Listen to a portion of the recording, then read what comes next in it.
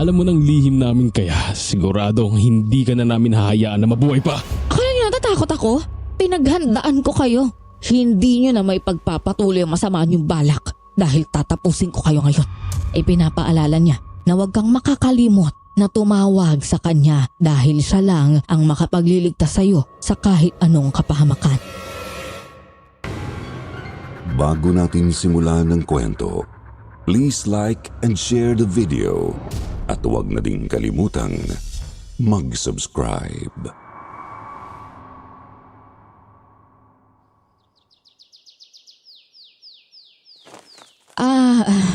Madam, kanina pa ho kayo nakatitig sa barahan nyo eh. Ano ho bang nakikita nyo? Nakikita nyo ba na magiging successful yung itatayo kong business sa Manila? Oo, magiging matagumpay ang plano mong negosyo, Iha. Maraming oportunidad at biyaya ang darating sa'yo sa Maynila. Pero, mag-ingat ka. Ho? Mag-iingat? Bakit ho? May nakikita akong panganib. Pipiliin mo ang mga taong iyong pagkakatiwalaan. Dahil may mga tao na kahit gaano kabanal iharap ang sarili, ay may itinatagong matilim na sikreto sa kanilang pagkatao.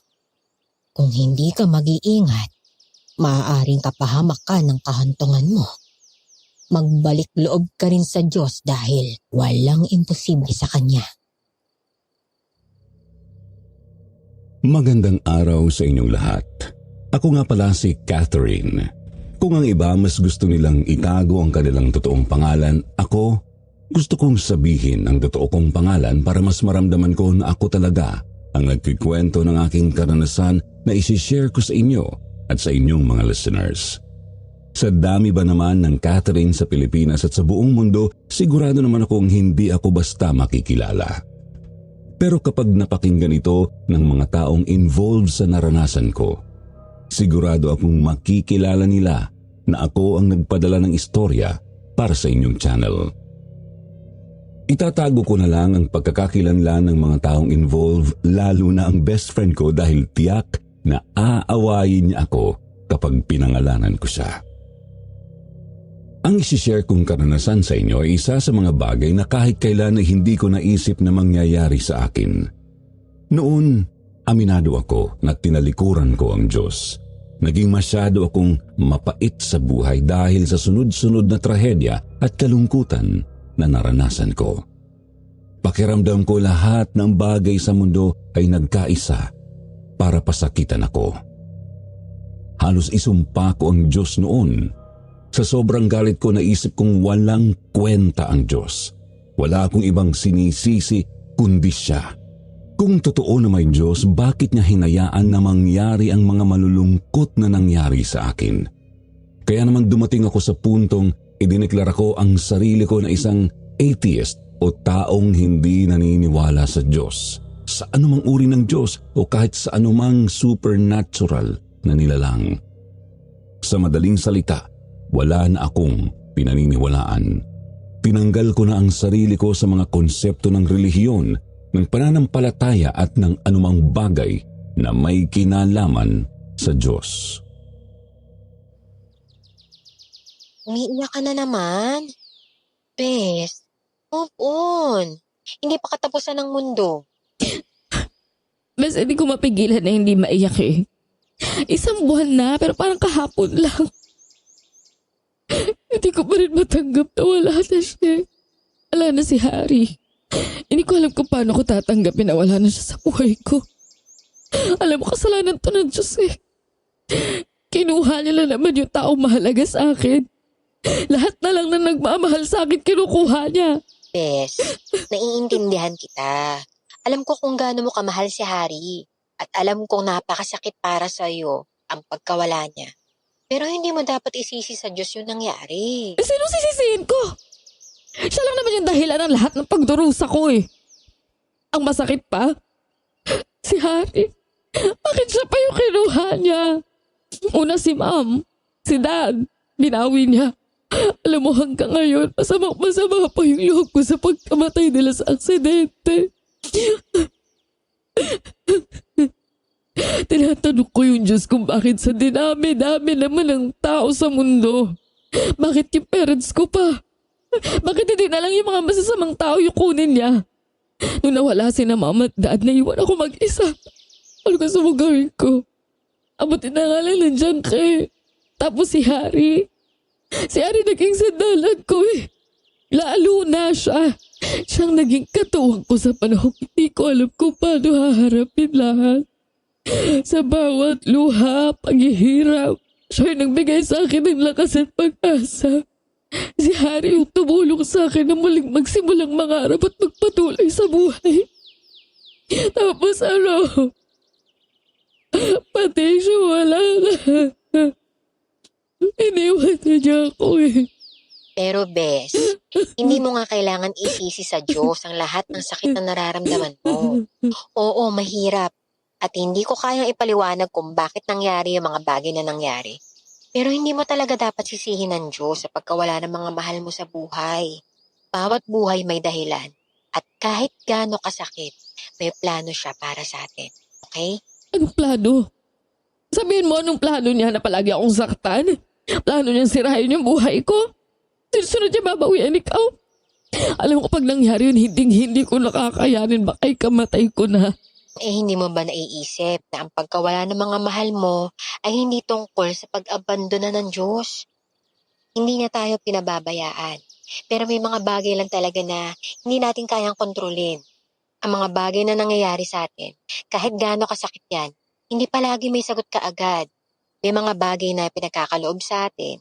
At may mga bagay din naman na iniiwan sa atin para matutunan natin yung tunay na kahulugan ng buhay. Pati na yung mamahal, sakripisyo, at yung pagtanggap sa pagkawala. Ang mabuti pa, Bes, itigil mo na muna yung pag-iyak mo, ha? Baka ma-dehydrate ka na. Ihanda mo na yung sarili mo sa pagpunta dito sa Maynila. Okay? Mabuti na rin siguro itong plano mo na dito na tumira at magtayo ng negosyo para makahinga ka naman at makalimutan na yung mga masakit na pinagdaanan mo dyan sa probinsya.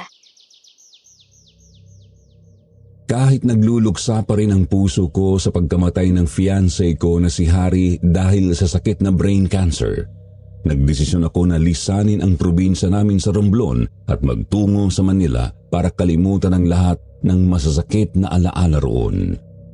Balak kong doon na tumira for good at magtayo na lang ng negosyo. Para na rin makasama ko na ang best friend kong si Diana na mula pagkabata ay magkaibigan na kami. Nagkahiwalay lang kami ng pagkatapos naming makapagtapos sa kolehiyo ay nagpunta sila ng magulang niya sa Manila para doon na manirahan. Ang sabi sa akin ni Diana, mas marami raw oportunidad doon. Kaya naisip ko na baka doon ang tamang lugar para makalimot at makapagbagong buhay. Isa pang dahilan kung bakit pupunta ako roon ay para makita ang ancestral house na ipinamana sa akin ni Dad. Pag-aari iyon ng lolo at lola ng mga magulang ni Dad na tumira sa Manila.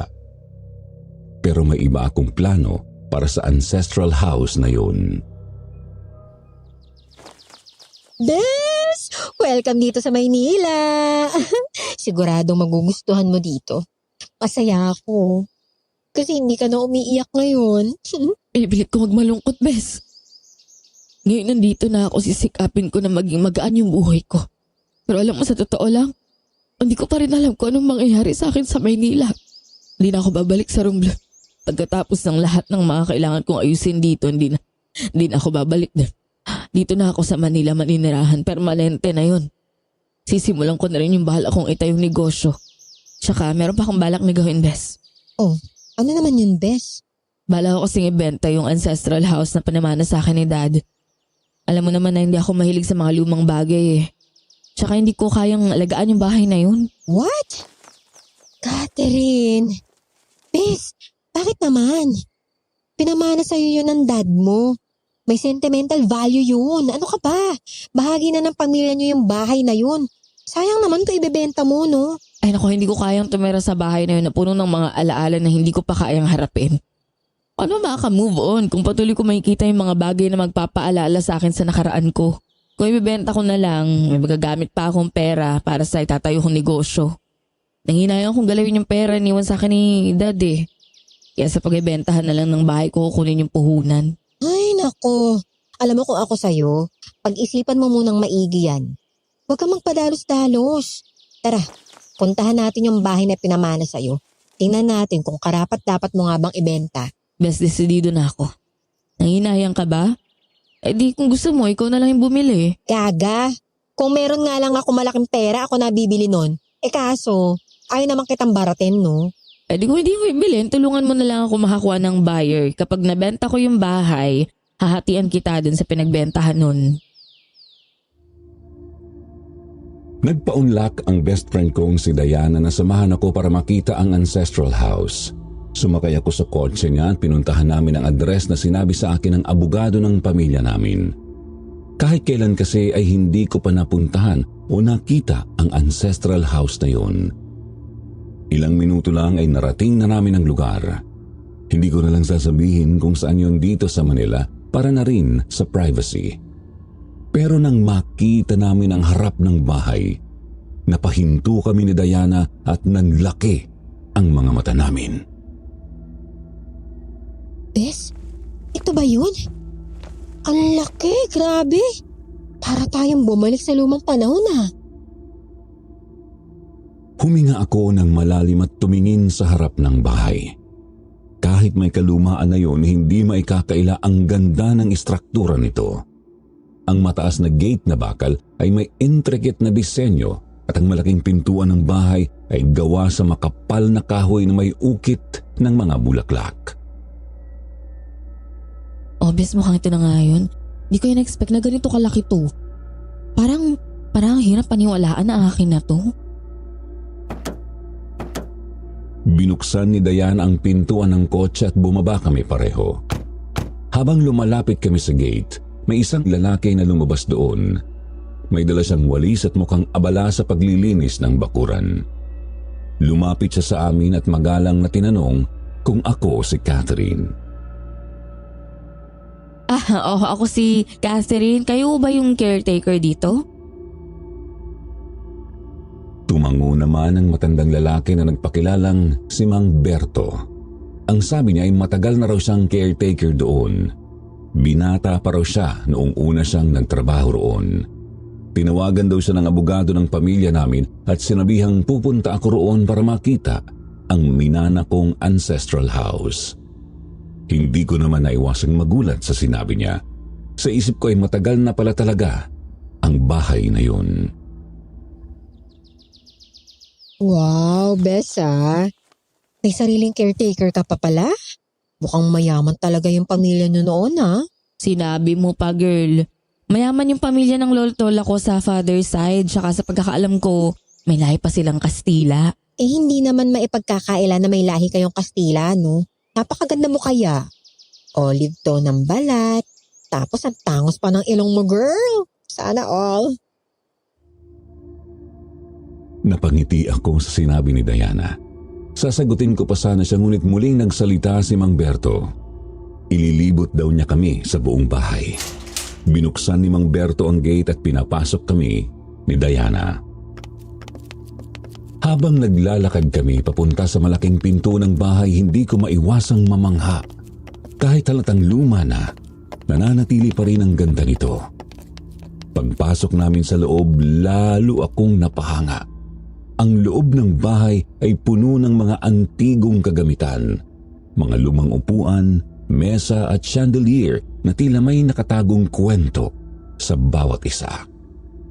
Ang mga pader ay may mga naka-frame na larawan ng mga nakaraang henerasyon ng pamilya namin. May mga life-size na santo na nakadisplay sa second floor ng bahay. Nang makita ko yon, napasimangot ako.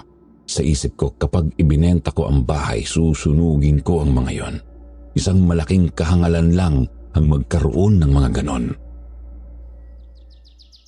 Bes, ang ganda mo naman dito. Para ka nasa isang museum. Uy, huwag mo na kaya ibenta to. Alam kong maganda pero mas mahalaga yung kikitain ko dito, no? Pandagdag yun sa negosyo ko. Tsaka hindi lang sa bahay na to ako kikita. Pati sa mga kasangkapan na nandito. Yung mga antigong muebles na yan, yung mga paintings na nakasabit sa pader. Ay nako, sigurado ako best, tiba-tiba ako dyan. Nakakapanghinayang kasi. Baka naman pwedeng dito ka nalang tumira. kaysa bibili o yung magpapagawa ka pa ng panibagong bahay. Maging practical ka, bes. Kung ako ang pinamanahan ng ganitong kagandang ancestral house, ay nako, hindi ko ipagbibili, no? Bihira na yung ganitong bahay ngayon. Habang tinitingnan namin ang nakamamanghang loob ng ancestral house, bigla akong tinapik ni Mang Berto sa balikat. Ang sabi niya ay kung okay lang ay ipakita niya rin sa amin ang likod ng bahay dahil maganda raw ang garden doon. Tumango kami ni Diana at sumunod kay Mang Berto. Sa likod ng bahay ay may napakagandang garden nga na puno ng iba't ibang halaman at bulaklak. Pero ang pinaka nakakuha ng atensyon ko ay ang isang puno ng kalamansi na nasa gitna. Mang Berto, ba't ho puro kalamansi dito? Ang laki na nito at parang ang tagal na ho nito dito Oo nga po. Akala ko nga po sa probinsya lang merong puno ng kalamansi eh. Meron din palang nakatanim na ganyan dito sa Maynila. Ang sagot ni Mang Berto ay matagal na raw ang puno na yun. Pagdating niya raw sa bahay noon, nandoon na ang puno ng kalamansi.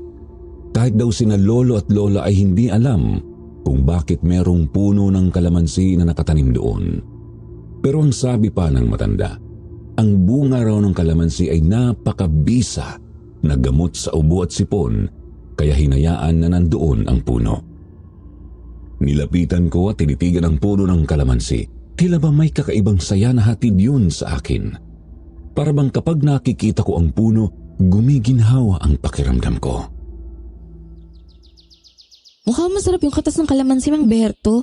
Pwede ho bang kumuha ng ilang piraso? Gusto ko sanang gawing kalamansi juice. Wait, bes. Kailan ka pa nahilig sa kalamansi? Hindi ka naman mahilig sa maasim na prutas Ewan ko, hindi ko nga rin alam Para kasi ang sarap ng katas ng kalamansi sa puno na yan. Tingnan mo, bes, ang laki ng bunga. Ay, ang weird mo ngayon, bes Pero, parang mukhang masarap Ako rin po, Mang Berto. Baka pwede nyo rin po kayo pagpitas ng ilang bunga. Ngumiti ang matanda at namitas siya ng mga bunga ng kalamansi sa puno. Ang sabi pa niya ay siya na lang daw ang gagawa ng kalamansi juice para sa amin ni Diana. Muli kaming pumasok sa loob ng bahay. Inanyayahan niya kami sa may kusina at pinaupo. Nakita namin na marahan niyang piniga ang mga nakuha niyang kalamansi. Siniguro niya talaga na makuha ang lahat ng katas ng mga ito. Nang matapos, inihalo niya iyon sa malamig na tubig na nasa pitsil. Ilang minuto lang ay inalok na niya ito sa amin. Habang hawak ko ang baso na may lamang kalamansi juice, amoy na amoy ko ang kakaibang aroma mula roon. Bahagya pa akong napapikit dahil nadadala ako sa mabangong sensasyon na dulot ng kalamansi. Ang bango nito. Ang gaan sa pakiramdam, nakaka-addict siya, parang ganun. Pagkatapos naming magpasalamat kay Mang Berto ay sabay naming tinikman ng kalamansi juice. Nagpaalam naman sa amin ang matanda na may gagawin pa ito, kaya iniwan niya kami ni Diana sa kusina. Sa unang higop pa lang, nanlaki na ang aming mga mata at napangangapa dahil hindi kami makapaniwala sa lasa ng kalamansi. Ang sarap. Oo, maasim siya, pero ewan ko, parang may something nakakaiba. Hindi ko may paliwanag pero nakakagaan talaga siya ng pakiramdam. Tama ka, bes. Iba talaga yung kalamansi na to, no? Parang may magic. Maiba ako, bes. Ano nga palang plano mo? Saan ka tutuloy ngayon? Sa bahay ko o mag-check-in ka sa hotel? Naisip ko na dito na muna ako tutuloy hanggat hindi ko pa naibibenta yung bahay na to Wait, tama ba yung narinig ko? Dito mo na gustong tumira? Akala ko ba ayaw mo rito? Ewan ko, hindi ko nga alam Pero parang nararamdaman ko na kailangan ko munang tumira dito. Saka na lang ako lilipat pag nabenta ko na itong bahay. Hanggat wala pang buyer, dito muna ako. Paano si Mang Berto kapag binenta na tong bahay na to? Kawawa naman yung matanda. Huwag ka mag-alala, hindi ko papabayaan si Mang Berto. Bibigyan ko siya ng trabaho kapag naitayo ko na yung negosyo ko. Ang totoo, hindi ko maintindihan ang sarili ko. Tama si Diana, sa una ay wala akong balak na tumira sa bahay na yun, pero ewan ko ba, parang may bumubulong sa akin na huwag munang umalis doon. Kaya noong araw na yon, sa ancestral house na ako pansamantalang tumira. Naging maayos naman ang ilang araw kong pagtira sa malaking bahay. Pinagsisilbihan ako ng mabuti ni Mang Berto. Ang hindi ko lang talaga gusto sa lugar na yon ay ang mga life-size na santo, lalo na ang malaking imahe ng itim na Nazareno. Pasintabi po sa sasabihin ko, pero nung panahon na yon ay kumukulo talaga ang dugo ko kapag nakikita ko ang mga imaheng iyon. Dahil nga galit ako at hindi na ako naniniwala sa Diyos at sa kahit anong relihiyon. Ipinangako ko sa sarili ko na ididispatsa ang mga yun kapag naibenta ko na ang bahay. Isang hapon niyaya ako ni Diana kasama ang boyfriend niyang si Nico na magsimba. Sinabihan pa niya ako na baka panahon na raw para magbalik loob ako sa Diyos. Pero isang mariing pagtanggi ang sinagot ko sa kanya.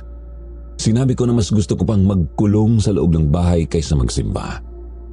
Kilala ako ni Diana kapag ayoko lalo na kapag tungkol sa pagsisimba at pagdadasal, kaya hindi na niya ako pinilit. Ang sabi niya ay sasamahan na lang daw niya ako sa susunod na araw para maghanap ng buyer ng ancestral house. Nang makaalis na sila, naisip kong sa online muna maghanap ng buyer. Nang i-open ko ang Facebook account ko, may napansin akong post. Isa yung imbitasyon mula sa isang grupo. Isa yung samahan na nagre-recruit ng mga bagong kagrupo. Dahil sa kuryosidad, binasa ko ang tungkol sa grupo na yon at nagka-interes ako dahil ang grupo na yon ay samahan ng mga hindi rin naniniwala sa Diyos o sa kahit anong relihiyon. Ang mga miyembro ay mga atheist din na katulad ko. Nag-research ako tungkol sa grupong yon at wala naman akong nakitang masama sa kanila. Hindi naman sila mukhang kulto o satanista dahil maayos ang kanilang mga itsura, pananamit at mukhang mapipera o mga anak mayaman. Mahilig ang grupo sa clubbing, hiking at pagta-travel. Mga gustong gusto ko ring ginagawa, kaya naisipan kong sumali sa grupo nila. Hindi ko na lang sasabihin kung ano ang pangalan ng grupong gusto kong salihan. Nagbabaka sakali rin kasi ako na baka isa sa mga miyembro ng samahang iyon ang mapagbentahan ko ng ancestral house. Kaya pinindot ko ang link na nakalagay sa post at nag-fill out ako ng form. Ilang minuto lang ay may nag-chat sa akin. Ang pakilala niya ay siya ang leader ng grupo. Siya si Lyndon. Dahil interesado raw akong sumali sa grupo nila, gusto nila akong makita at makilala. Kaya nag-set sila ng oras at venue kung saan kami magkikita. 6:00 yun ng gabi at ang meeting place namin ay sa isang mall na malapit sa Santa Mesa. Hi Catherine, kumusta? Masaya ako makilala ka ng personal. Hello, Lyndon. Salamat sa pag-imbita ha. Naku, nakakaya naman sa inyo. Pasensya na, nalita ko ng ilang minuto. Ayos lang, kararating lang din naman namin eh. By the way, gusto kong ipakilala sa iyo ang mga miyembro ng grupo. Isa-isang ipinakilala sa akin ni Lyndon ang mga kasama niya. 10 pala ang miyembro ng grupo nila. 6 na lalaki at 4 na babae, kasama na si Lyndon. Okay naman ang mga kasama ni Lyndon, pero ang mga mata ko ay mas itinutok ko sa lalaki na siyang leader ng grupo at siya ring nakausap ko sa chat. Habang nakatingin ako kay Lyndon, hindi ko maiwasang mapansin ang kabuuan ng itsura niya. Matangkad, moreno at may magandang hubog ng katawan, parang mala Richard Gomez ang datingan niya. Hindi ko rin alam kung bakit pero kakaiba ang atraksyon ko sa kanyang mga matang mapupungay at parang nangungusap. Naging maayos naman ang bonding ko sa mga miyembro ng grupo. Lahat sila ay mababait at cool. Madali akong nagkaroon ng magaan na koneksyon sa kanila. Nakaramdam din ako ng kakaibang kasiyahan dahil may nakilala akong mga bagong kaibigan. Ano guys, di ba magandang addition si Catherine sa grupo natin? Dahil dyan, kailangan na natin siyang maihanda sa initiation. Initiation? Yes Catherine, kung gusto mong sumali sa grupo, kailangan mong dumaan sa initiation namin. bago ka tuluyang maging parte ng sama namin. Pero hindi yung initiation na iniisip mo ha. Simpleng proseso lang ang initiation na ginagawa namin para maging official na member ng grupo. Huwag ka mag-aalala, masaya yon. Isang espesyal na kainan, inuman at banding kasama kaming mga miyembro. Ikaw ang magdesisyon kung saan at kailan natin gagawin ang initiation namin sa'yo. Ganun ba? Sa birthday ko na lang, Lyndon. Isang linggo na lang naman yung birthday ko kaya perfect time yun para makasali sa grupo nyo. Wow. Perfect timing nga yun, Catherine.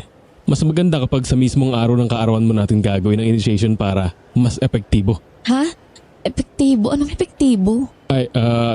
Ang ibig kong sabihin, mas epektibo sa pagiging new member mo sa grupo namin. Mas memorable kumbaga kasi birthday mo, di ba? Tapos kasabi ka na namin, di ba masaya yon? Masaya ako sa company ng nakilala kong grupo. Pero may isa lang akong napansin. Parang may naaamoy akong kakaiba habang magkakasama kami. Tila mabahong amoy yun na hindi ko mawari kung saan nanggagaling. Ang amoy ay parang pinaghalong malansa at amoy panis pero hindi ko nalang pinansin yun hanggang sa naisipan na naming umuwi. Nagkanya-kanya na sa pag-alis ang mga miyembro ng grupo samantalang si Lyndon ay nagsabing ihahatid na ako sa bahay. Sinabi ko sa kanya na ang ancestral house na yun ay pagmamay-ari ng lolo at lola ko. Pagbaba ko sa kotse ay inalok ko siya na pumasok sa loob para magkape pero tumanggi siya dahil may dadaanan pa raw siya. Ngumiti siya at kinawayan ako bago siya tuluyang umalis. Napansin ko na bukas ang gate kaya dumiretso na ako sa pagpasok. Nang may mapansin akong matandang lalaki na naglalakad papunta sa likod bahay, inakala ko na si Mang Berto ang matandang lalaki na yun. Pero ang ipinagtataka ko ay nakasuot siya ng habito ng pari. Kinilabutan ako dahil ang habito na suot nito ay parang habito ng mga praile noong panahon ng Kastila. Ito kaya yung nakita ko? O baka namamalikmata lang ako? Pero paano nagkaroon ng praile sa panahon ngayon? Ay, Diyos ko. Kinikilabutan ako. Minumulto na yata ako eh. Tatakbo na sana ako papasok sa loob ng bahay nang may maamoy akong maasim, parang kalamansi. Nang dumampi ang amoy na yon sa aking ilong para akong nahipnotismo. Bangong-bango ako sa amoy na yon kaya naglakad ako at sinundan ng matandang lalaki na nakasuot ng habito ng pari. Hindi ko namalayan na nasa likod na ako ng bahay sa may garden. Parang bumalik ako sa wisyo nang makita kong nakatayo sa harap ng puno ng kalamansi ang matandang pari. Lumingon siya sa kinatatayuan ko at nanindig ang mga balahibo ko nang makita ko ang itsura niya. Maputla ang kulay ng matandang pare at nakatawag pa ng pansin sa akin ay ang mga mata niya na kulay puti. Para siyang may katarata dahil puro puti ang mata niya. Mukha na siyang bangkay kung tititigan ng matagal. Napansin ko rin ang kakaiba niyang pagkakangiti sa akin na parabang masaya siya na naroon ako at kaharap siya. Nilakasan ko ang loob ko at nagtanong ako sa kanya. Sino ho kayo? Ano ginagawa niyo rito? Sumagot naman ng matandang pare pero hindi ko maintindihan ang sinasabi niya. Isang lengguwahe yun na sa tingin ko ay Latin. Bukod doon napakabilis din niyang magsalita kaya wala talaga akong naintindihan. Habang nagsasalita siya itinuturo niya ang puno ng kalamansi. Hindi niya inaalis ang daliri niya sa pagturo sa puno habang patuloy na nagsasalita ng hindi ko maintindihang lengguwahe. Bigla na lang bumigat ang talukap ng mga mata ko. Napapikit ako at pagkatapos ay wala na akong maalala. Nagising na lang ako na parabang mabigat ang ulo ko. Napansin ko na nasa kwarto na ako at naroon din si Diana nakaupo sa gilid ng kama at hawak ang kamay ko. Si Mang Berto naman ay nakatayo sa tabi ng bintana. Halatang nag-aalala. Oh my God! Buti naman gising ka na, Bes. Bakit? Ano nangyari sa akin? Nakita ka raw nito ni Mang Berto na nakahandusay sa garden kaninang madaling araw. Wala ka raw malay. Ano ba yun? Mabuti na lang at binigay ko sa kanya yung cellphone number ko kahapon. Kaya ayun, natawagan niya ako kaagad para ipaalam yung nangyari. Grabe ka! Ano bang ginawa mo sa garden at bakit nakahandusay ka doon? Nakakaloka ka ha? Lasing ka ba? Akala ko kung ano nang nangyari sa'yo. Hindi ko matandaan eh. Pero naaalala ko lang may nakita akong multo ng isang matandang pari kagabi. Nagsasalita siya sa lengguwahe na parang Latin. Tapos itinuro niya yung puno ng kalamansi dun sa hardin. Ano? Multo? Naku, yan na nga bang sinasabi ko, Bes eh. Ayan kasi, kung ano-ano na yung nakikita mo. Kasi naman, hindi ka nagdadasal at nagsisimba. Nakakaloka ka. Kaya nilalapit ka tuloy ng kung ano-anong multong naiisip mo. Bes, wala namang kinalaman yung hindi ko pagdadasal at pagsisimba sa nakikita ko eh. Hay naku, kilala kita Diana. Pilit mo na namang ipapasok yung tungkol sa mga ganyan-ganyan. Ay, baka sumama lang yung pakiramdam ko kaya nawalan ako ng malay. Huwag niyo na akong alalahanin. Sige na, sige na. Medyo kumikirot pa ngayon sentido ko eh. Baka dahil inatake na naman ako ng migraine. Inuman ko na lang to ng gamot. Sigurado mamaya okay na ako. Pero teka, anong oras na ba? Mag-aalas 10 na ng umaga. Ang tagal mo kayang magising. Kaya nag-alala na kami sa'yo. Ano? Naku, pupuntahan pa pala ako. Baka malita ako. Sige na. Sige na, sige na. Saan ka naman pupunta? Di ba sabi ko sa'yo, sasamahan kita maghanap ng buyer? Pasensya ka na, Bes. Sa susunod na araw na lang, magkikita kasi kami ngayon ni Lyndon, yung leader ng grupong gusto kong salihan. Sabi niya kasi kagabi, gusto niya akong makilala ng husto kaya nagayang kumain sa labas. Lyndon? Sinong Lyndon? At anong grupo yung sasalihan mo? Bes ha, pinaglilihiman mo na ba ako? Bakit hindi mo sinasabi sa akin yung tungkol dyan? I'm sorry, Bes, na hindi ko nasabi sa'yo agad. Ganito kasi yun. May nakita akong post sa Facebook tapos naghahanap sila ng bagong miyembro ng grupo. Mga atheist din katulad ko. Tapos ang dami nilang activity na ginagawa na hobby ko rin naman. Kaya gusto kong sumali sa grupo. Sakto si Lyndon, siya yung leader ng grupo. Atheist? Bes, sigurado ka ba dyan? Naku baka kung ano na yung sinasalihan mo na yan. Baka naman kulto o satanista na yung grupong yan ha. Baka mapano ka dyan. Ano ka ba? Hindi sila kulto at satanista. Mababait sila. Nakausap ko na sila at sa totoo lang gustong gusto ko yung samahan nila. Kaya 100% na yung decision ko na sasali ako sa kanila. At hindi mo na akong pipigilan ha. Ay nako, ang tigas talaga ng ulo ng babaeng to. Bahala ka na nga, Catherine. Alam ko naman na kapag gusto mo yung isang bagay, wala na makakapigil sa'yo, kahit ako pa. Ay, pero best naman, mag-iingat ka ha. Hindi lahat ng mababait sa harapan mo ay mabuti yung intensyon. Sa sinabi ni Diana, may bigla akong naalala. Ganon din ang sinabi sa akin noon ng isang manghuhula bago ako umalis sa Romblon at magpunta sa Manila. Nagpahula kasi ako noon kung magiging successful ang itatayo kong negosyo sa Manila. Ang sabi niya ay magiging successful naman daw.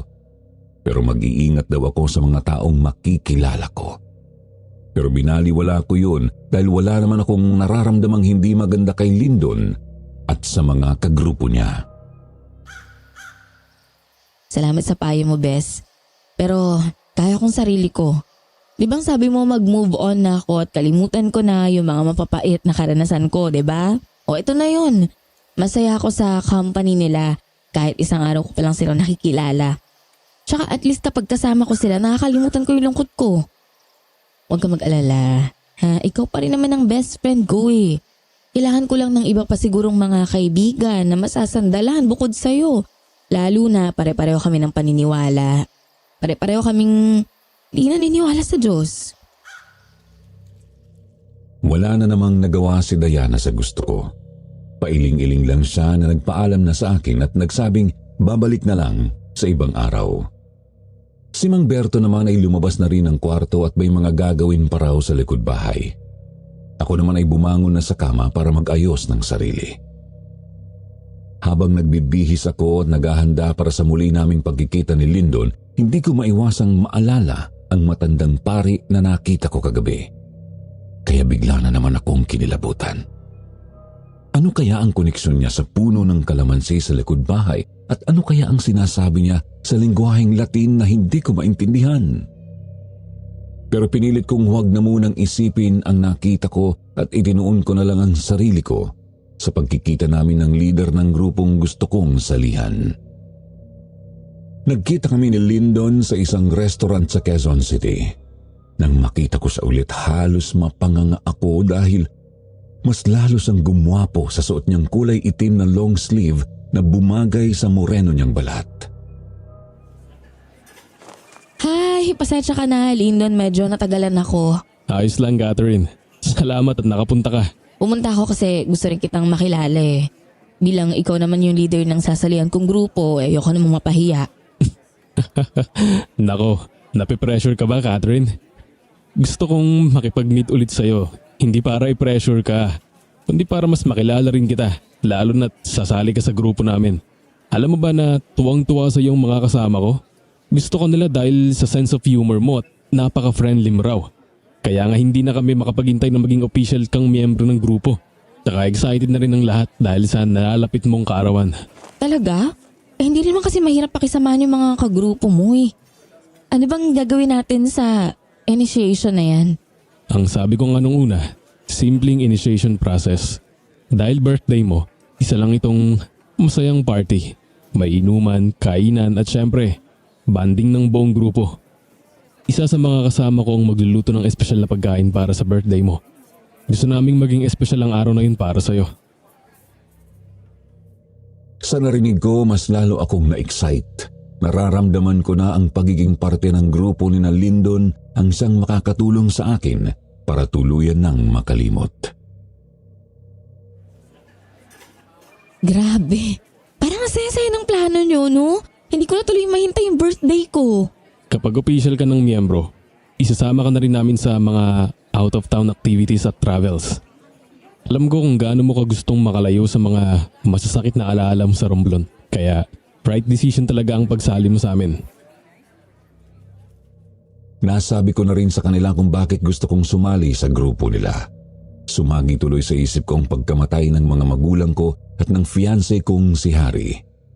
Napabuntong hininga na lang ako ngunit agad ding ngumiti at itinuloy ang pakikipag-usap kay Lyndon. Habang nagkwekwentuhan kami, bigla akong nakaamoy ng mabaho. Parang malansa at tila panis o nabubulok ang amoy na yon. Sinubukan kong baliwalain yun ngunit tila hinahalukay ng masansang na amoy na yon ang inom ko. Lyndon, naamoy mo ba yun? Parang may mabaho eh pero hindi ko lang matukoy kung saan galing. Ha? Wala naman akong naaamoy ah. Baka naman nag-iisip ka lang ng kung ano, Catherine. Hindi kakaiba eh. Naamoy ko na dati yun eh. Alam ko na, naamoy ko rin yun nung una tayong nag-meet kasama yung ibang member ng grupo nyo. Ewan ko, hindi ko mawari eh. Marang malansa na amoy panis o nabubulok ba yun? Basta ganun. Pero wala talaga akong naamoy. Baka kasi hindi ko naamoy yung naamoy mo dahil may sipon ako. Ay, Catherine, sandali lang ah. Pupunta lang ako sa CR. Wait mo na lang yung in-order natin, okay? Babalik ako agad. Ay, sige Lyndon. Pagkaalis ni Lyndon, dumating na ang in-order naming pansit at siopaw. Inilapit ito ng waiter sa mesa at dahil gutom na rin ako, agad kong pinigaan ng kalamansi ang pansit para magdagdag ng lasa. Pagkatapos napansin ko na nawala na ang mabahong amoy sa paligid. Nagtataka pa rin ako kung saan nanggaling yun, samantalang maayos at malinis naman ang Chinese restaurant na pinuntahan namin. Ilang saglit pa bumalik na si Lyndon. Pasensya na, Catherine. Natagalan ba ako? Oh, nandiyan na pala ang orders natin. Naku naman, ano ka ba? Tsaka wala na rin yung masangsang na naamoy ko kanina kaya makakain na tayo ng matiwasay. Halika na, kain na tayo hanggat mainit pa to. Masarap ang pansit nila dito kaya siguradong mapaparami ang kain natin dito. Habang kumakain, biglang nagduduwal si Lyndon at tila nahihirapan itong huminga. Napahawak siya sa kanyang bibig at dibdib.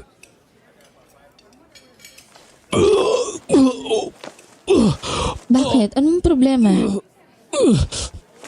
May nilagay ka ba sa pansit? Ha? Pinigaan ko ng kalamansi. Mas masarap kasi pag may kalamansi, di ba? Allergic ako sa kalamansi, Catherine. Hindi mo na muna sa ano nilagyan ng kalamansi ang pansit. Sana ay sinabihan mo muna ako. Ay naku, sorry. Pasensya ka na. Hindi ko naman alam na allergic ka pala sa kalamansi. Sorry, hindi ko sinasadya. Okay lang, Catherine. Hindi mo naman alam eh. Kaya wala kang kasalanan. Pero pasensya na. Kailangan ko nang umalis. Sumama kasi ang pakiramdam ko. Magkita na lang ulit tayo sa birthday mo, okay? Iti-text na lang kita o tatawagan na lang kita kapag papunta na kami sa bahay mo. Naku, sorry talaga. Sorry. Muntik nang may masamang mangyari tuloy sa'yo dahil sa akin. Pasensya na talaga. Okay na, Catherine. I accept your apology. Kaya huwag ka nang umiyak. Tana. May kasalanan din naman ako kasi hindi ko sinabi agad sa'yo na allergic ako sa kalamansi. Gayong pansit ang in-order natin. Huwag mong sisihin ang sarili mo, okay? Magiging maayos din ako. Kailangan ko lang ipahinga ito. Kaya sige na, I'll go ahead. Kita na lang tayo sa birthday mo, okay? Para sa initiation. Bye, Catherine. Bye, Linda na. Sorry ulit. Sorry. Nang umalis si Lyndon, naiwan ako sa restaurant na nag-aalala pa rin. Ngunit pilit kong kinumbinsi ang sarili ko na magiging maayos din ang lagay niya. Pina-take out ko na lang ang pagkain na hindi namin naubos ni Lyndon bago ako umuwi. Pagdating ko sa bahay, dumiretso ako sa kusina. Hinanap ko si Mang Berto para ibigay sa kanya ang iniuwi kong pansit at siopaw. Ngunit hindi ko siya makita sa buong bahay. Sa isip ko, baka lumabas siya at may binili. Aakyat na sana ako sa kwarto nang mapahinto ako sa paglalakad. Muling nanindig ang balahibo ko dahil nakita ko na naman ang multo ng matandang pari. Nakatingin siya sa akin. Kitang-kita ko na naman ang maputla niyang mukha at ang mga mata niya na kulay puti. Pinagpawisan ako ng matindi dahil bukod sa titig na titig sa akin ng matandang pari, ay bigla na naman itong napangiti at naglakad ng dahan-dahan papunta sa likod bahay. Gusto kong sumigaw at tumakbo paakyat sa kwarto ngunit parang may puwersa na pilit na iginagalaw ang mga paa ko para sundan ang multo ng matandang pari. Ilang saglit lang ay nakita ko na ang sarili ko na nasa likod bahay sa may garden. Nakatayo ako sa harap ng puno ng kalamansi. Naroon na naman ang matandang pari at itinuturo niya ang puno at may sinasabi na naman siyang lengguaheng Latin na hindi ko maintindihan. Ano ho ba yung gusto niyong sabihin? Hindi ko kasi kayo maintindihan eh.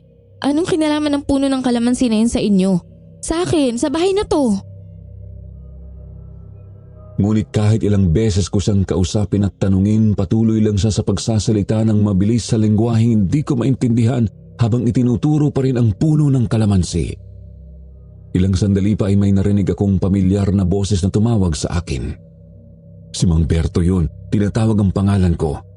Lumingon ako sa likuran at nakita ko nga siyang nakatayo roon na halata sa mukha ang pagtataka.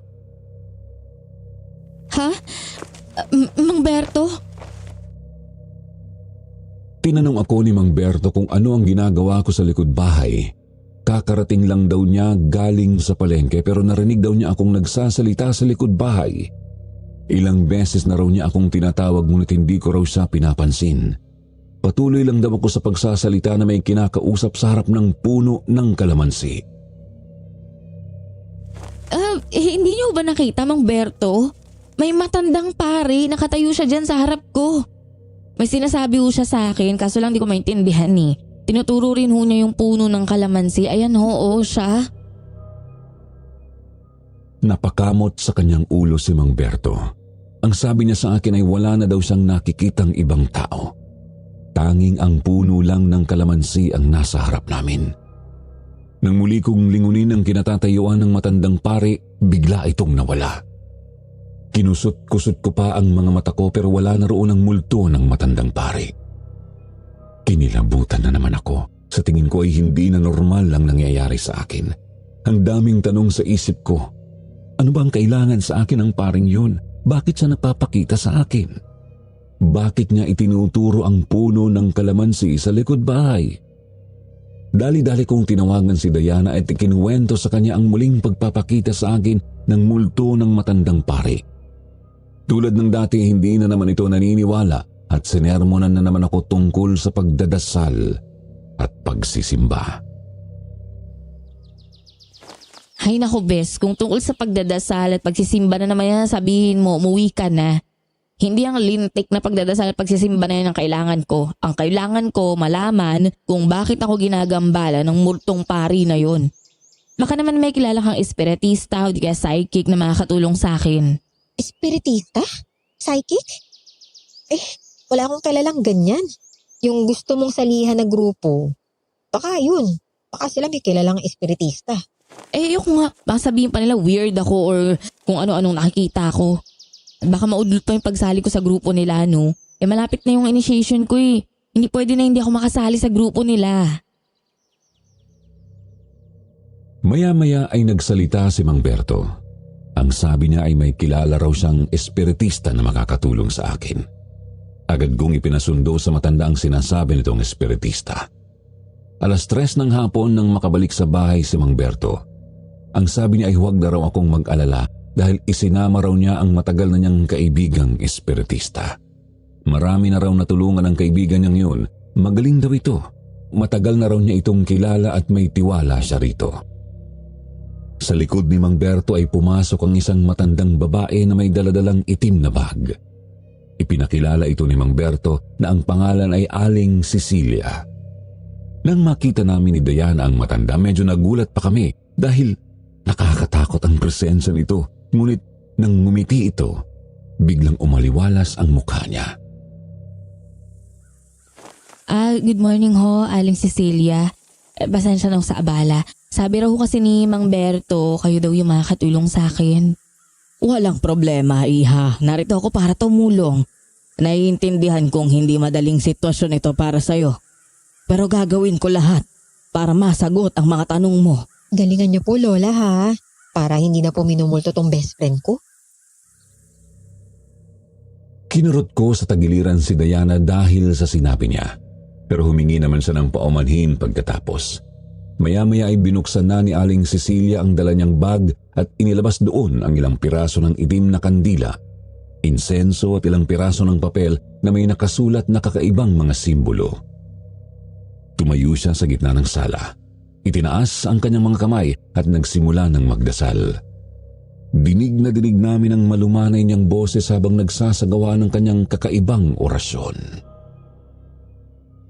Espiritu ng liwanag, gabayan mo kami sa aming katanungan. Buksan mo ang daan para sa mensahe ng kabilang buhay. Habang patuloy sa pag-oorasyon, si Aling Cecilia ay nagsimulang lumamig ang paligid. Napakapit ako sa braso ni Diana at Mang Berto dahil ramdam ko ang kakaibang lamig na nanuot sa buong katawan ko. Nakabahan ako, parang biglang bumigat yung hangin ha. Bes, ako rin. Biglang natakot. Tingnan mo. Nagsitayuan na yung balahibo ko. Ang sabi ni Mang Berto ay normal lang daw ang nararamdaman namin. Ganun daw talaga kapag nag-oorasyon na si Aling Cecilia. Pinakalma niya kami ni Diana, lalo na ako dahil hindi naman daw ako papabayaan ng kaibigan niya. Makalipas ang ilang minuto, huminto si Aling Cecilia sa kanyang pag-oorasyon. Huminga siya ng malalim at tumingin sa akin. May presensya nga ng pari na nandito sa bahay na ito.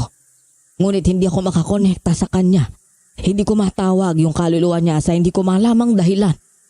Kaya hindi ko matukoy kung anong gusto niyang iparating. Pero isa lang ang tiyak ko. Hindi siya masamang espiritu, iha. Wala akong nararamdamang negatibong enerhiya mula sa kanya. Sa katunayan, parang nagbibigay pa nga siya ng babala. Babala ho? Tungkol ho saan yung babalang gusto niyang sabihin? Diyos ko, anong babalayan, Lola? May mangyayari po bang masama sa best friend ko? Hindi ko pa matukoy, iha. Malabo ang sinasabi. Kailangan ko pang magsagawa ng pribadong orasyon para makuha yung malinaw niyang mensahe. Kailangan ko bang mag-alala? Ano kaya yung ibig niyang sabihin sa babalang yun? Hindi ko rin masasagot yan. Pero wala namang masamang intensyon ng espiritong yun, iha. Kaya huwag ka matakot. Kapag natuklasan ko ang ibig niyang iparating, sasabihan kita agad. At dapat mong gawin ngayon ay mag-ingat hanggat hindi pa natin nalalaman kung ano ba ang mga babalang sinasabi niya. Tumango lang ako ngunit hindi pa rin maalis ang kaba sa dibdib ko. Sinabihan ako ni Mang Berto na babalik na lang daw si Aling Cecilia kapag nalaman na nito ang sagot.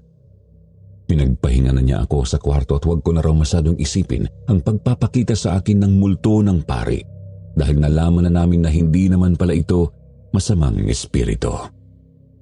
Nagpaalam na rin sa akin si Aling Cecilia bago ito inihatid ni Mang Berto sa labas kasama si Diana na nagpaalam na rin sa akin at babalik na lang sa susunod na araw. Hindi ako makatulog ng gabing yun.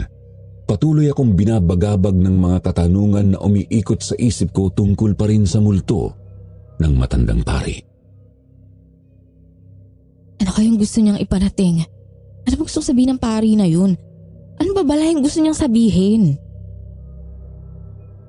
Habang nakahiga ako sa kama, dumako rin sa isip ko ang lahat ng mga nawala sa akin. Si Mom, si Dad at si Harry. Lahat ng mga pinakamamahal ko sa buhay na biglang binawi sa akin ng sinasamba nilang Diyos. Hindi kaya may mawala na naman sa akin. Baka may malapit sa akin na babawiin na naman. Ay naku, ayoko na. Bumangon ako sa kama at hinanap ang cellphone ko. Agad kong tinawagan si Diana. Hello, Bes? Bes? O Bes, bakit? Anong nangyari? Bakit parang takot na takot ka? Nagpakita na naman ba sa'yo yung multo ng pari? Hindi, Bes. Hindi siya nagpakita. Tumawag ako sa'yo kasi natatakot at kinakabahan ako eh. Baka yung babalaan niya na gustong sabihin ng pare.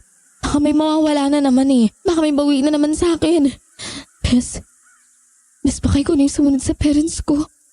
Bes, ayoko mangyari yun. Ano mga sinasabi mo, Bes? Maguros dili ka nga. Wala kang dapat ipag-alala. Walang mangyayaring masama sa akin kaya ikalma mo yung sarili mo, okay? Hindi ko na kaya mawala ka. Ikaw na lang yung natitira sa akin na mamatay ako pag ikaw pa yung binawi niya. Kaya please, Bes, mag-iingat ka. Naiintindihan mo ba? Bes, huwag mong isipin na totoo ang mga bagay na hindi pa sigurado. Huwag mong hayaang lamunin ka ng takot. Promise, hindi ako mawawala. Nandito lang ako. Basta, hanggat hindi natin nalalaman kung ano yung babalang sinasabi nung parang multo na yun, mag-ingat ka ha. Oo, Bes, mag-iingat ako.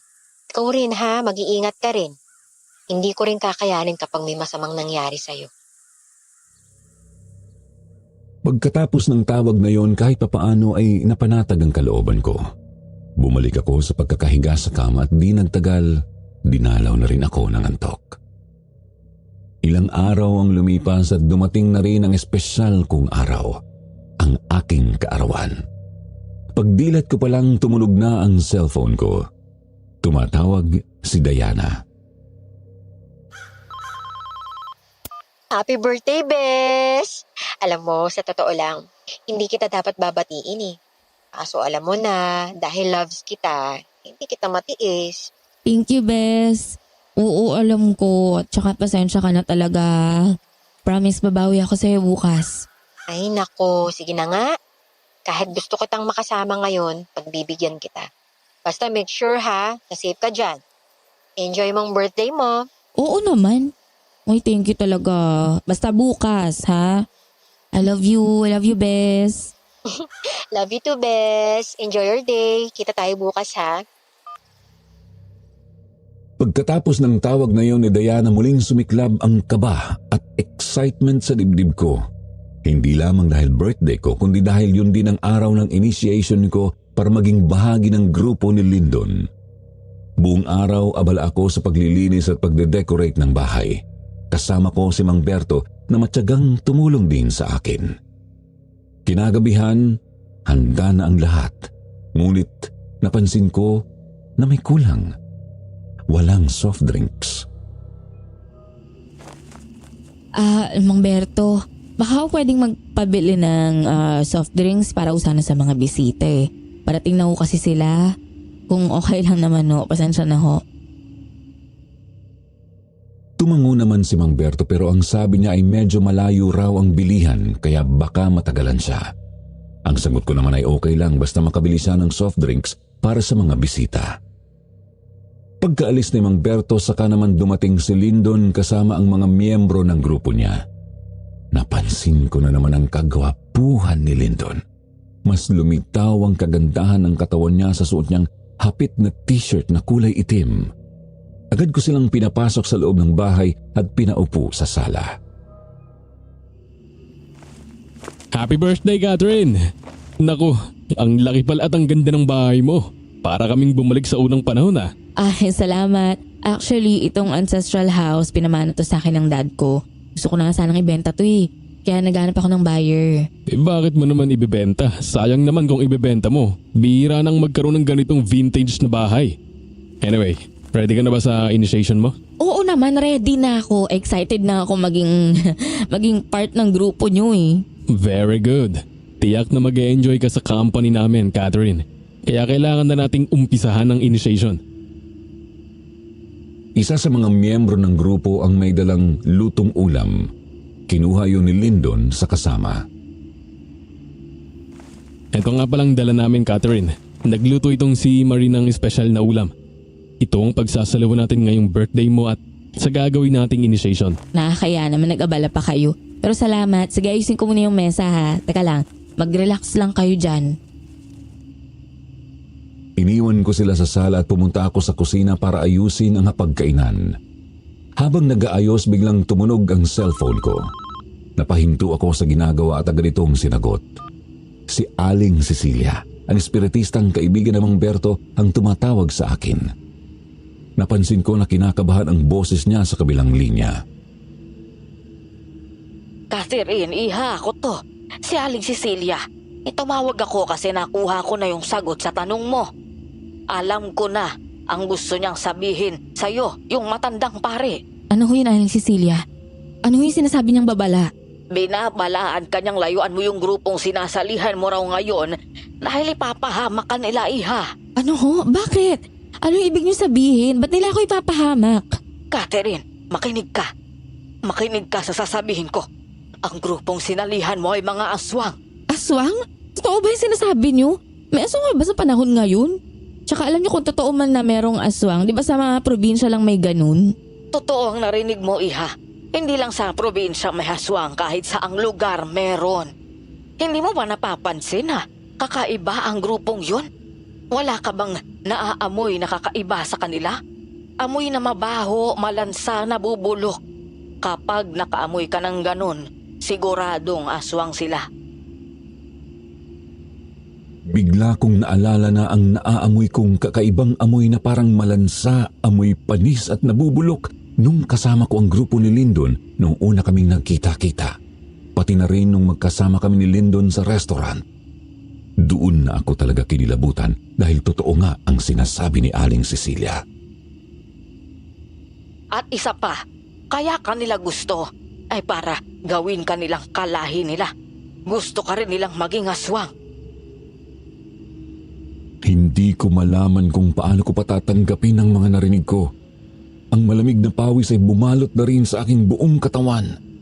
Napahawak na ako sa gilid ng mesa para hindi matumba sa sobrang pagkabigla sa mga natuklasan ko. Aling Cecilia, nasa bahay ko na sila ngayon. Dito ko kasi gagawin yung initiation para makasali sa grupo ni Lace. Ano nang gagawin ko? Ay Diyos ko, nandyan sila sa bahay mo? Ganito ang gagawin mo, iha. Huwag kang magpahalata na alam mo na. Ang totoo, wag na wag mong kakainin ang anumang pagkain ibigay nila. Dahil oras na kainin mo yan, magiging aswang ka na rin. Isa lang ang pwede kong maitulong sa iyo ngayon. Yung kalamansi na nakatanim sa likod ng bahay mo. Yung kalamansi ho? Oo, ang kalamansing yun ang pinakamabisang pamuksa sa mga aswang na nandyan sa loob ng bahay mo. Yang kalamansi na nakatanim dyan sa hardin ay sagrado. Kaya pala, paulit-ulit itong itinuturo ng multo ng matandang pari sa'yo. Dahil yun ang magiging proteksyon mo laban sa mga alagad ng dilim. Humigpit ang hawak ko sa cellphone. Ang aking hininga ay mas lalong bumigat at unti-unti na akong tinatalo ng matinding takot. Nasa sala lang ang mga aswang na naghihintay sa akin. Aling Cecilia, natatakot ako eh.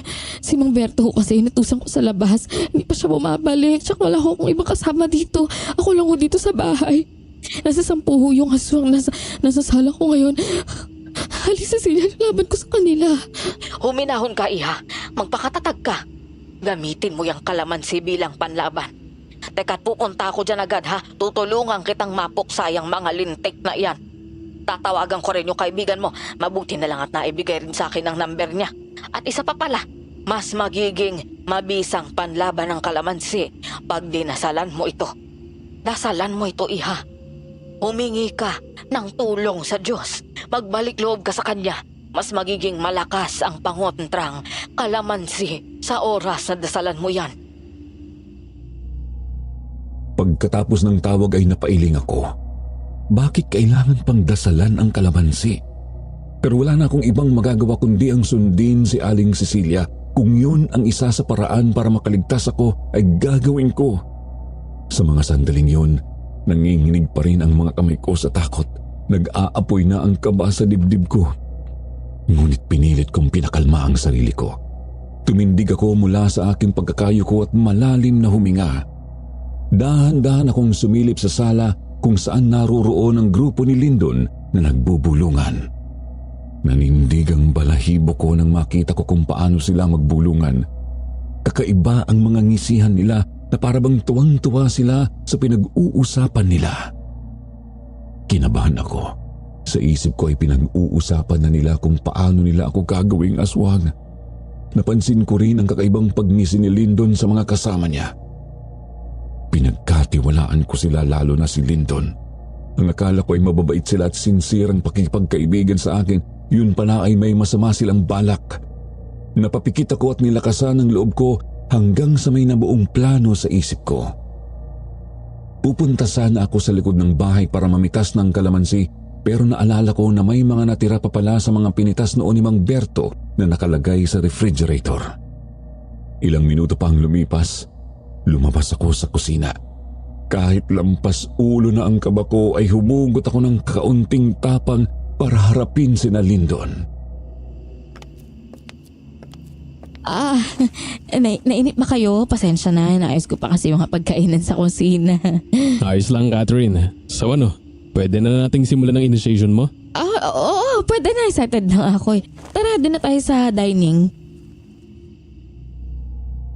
Sinamahan ko sina Lyndon papunta sa kusina kung saan naroon ang mesa. Nang makita nila na maraming nakahandang pagkain, napansin ko ang kakaibang kislap sa mga mata ni Lyndon at ng kanyang mga kasama. Ang dami mong inihanda, Catherine. Oo naman, gusto ko kasing maging memorable at special yung birthday ko at yung pagsali ko sa grupo nyo. Kaya sige na, upo na kayo. Umupo na ang lahat at saka inilabas ni Lyndon ang ulam na iniluto ng isa niyang kasama. Simulan na natin ang initiation mo, Catherine, para tuluyan ka ng maging official na kasapi ng grupo. Ito ang unang hakbang. Ang pagkain nitong dala naming espesyal na ulam. Mas lalong kumabog ang dibdib ko. Ang pagkain dala nila na ipapakain nila sa akin ay ang pagkain para gawin nila akong katulad nila. Katulad nilang mga aswang. Pilit akong ngumiti at tinasikaso pa rin ang mga aswang kong bisita. Teka lang ilalabas ko lang yung inumin natin. Mas masarap naman kasi yung kainan kapag may malamig na panulak, di ba? Ilang saglit lang ay bumalik na ako sa pagkainan na dala ang tray ng mga baso na may lamang inumin. Naghanda muna ako ng orange juice. Ayan, nagtimpla muna ako niyan habang hinihintay natin yung pinabili kong soft drinks. Mukhang matatagalan pa kasi si Mang Berto yung kasama ko dito sa bahay. Kaya, ayan muna inumin natin. Okay na yan, Catherine. Ang mahalaga, may pantawid uhaw tayo. May dala rin kaming beer at wine dito kaya siguradong magiging masaya talaga ang gabing to. Nagkatinginan ang mga kasama ni Lyndon pagkatapos ay tumango at sumang-ayon sa sinabi ng lalaki. Agad nilang kinuha ang mga baso ng orange juice at nag-toast. Para sa bagong kasapi ng grupo, si Catherine. Cheers, mga kasama! Sabay-sabay naming ininom ang orange juice, ngunit ilang segundo lang ay biglang nag-iba ang mga mukha ni na Lyndon at ng mga kasama niya. Napangiwi silang lahat, halos hindi makahinga at nagsimula na silang magduduwal.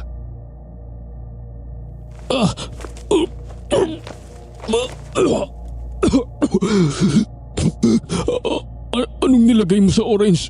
Catherine, anong ginawa mo? Alam niyo kung anong nilagay ko sa ininom niyo? Pinatakan ko lang naman ang katas ng kalamansi. Ano? Bakit mo ginawa yun? Alam ko na yung totoo yung pagkatao at yung balak niyo sa akin. Hindi ako papayag na maging aswang katulad niyo. Paano mo nalaman ang sikreto namin at ang balak namin sa'yo? Hindi niyo na dapat malaman pa. Ang malaga, hindi kayo nagtagumpay sa balak niyo. Hindi ako papayag na maging katulad niyo. Akala mo'y ganun lang yun kadali ha, Catherine? Kung ako sa'yo, pumayag ka na maging tulad namin dahil wala kang laban sa amin. Birthday mo ngayon oh. Mas epekto sa'yo ang sumpa ng aswang na gagawin namin sa'yo. Mas magiging malakas ka at makapangyarihan. Ayaw mo bang maging malakas at makapangyarihan? Hindi mo makakamtan yan sa pagiging tao. Sa pagiging aswang lang. Kailangan ka namin sa grupo para madagdagan ang lahi namin. Kahit anong sabihin mo, wala kayong mapapala sa akin. Hindi niyo ako magagawang aswang. Matigas ang ulo mo ha. Kung hindi ka namin magiging kasapi, gagawin ka na lang naming pagkain. Alam mo ng lihim namin kaya siguradong hindi ka na namin hahayaan na mabuhay pa.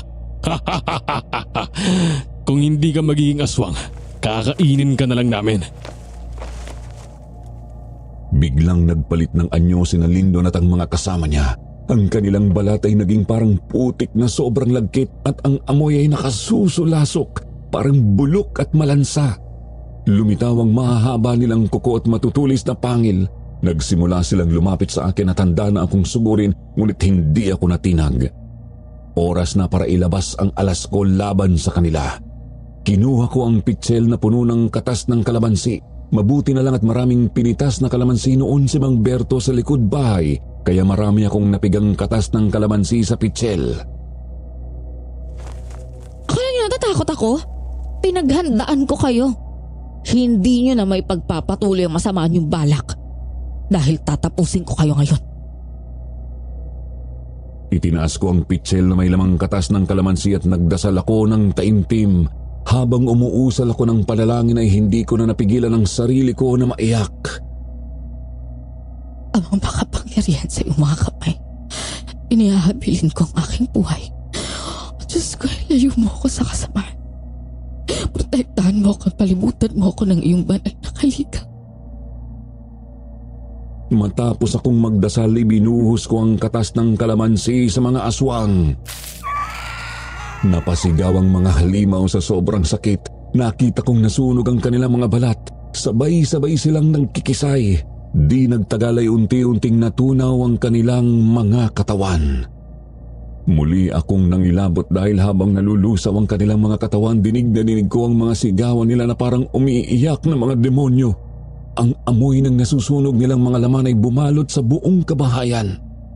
Ilang saglit lang ay isa-isang bumagsak ang mga aswang sa sahig at nawalan ng buhay. Natira si Lyndon na naghihingalo.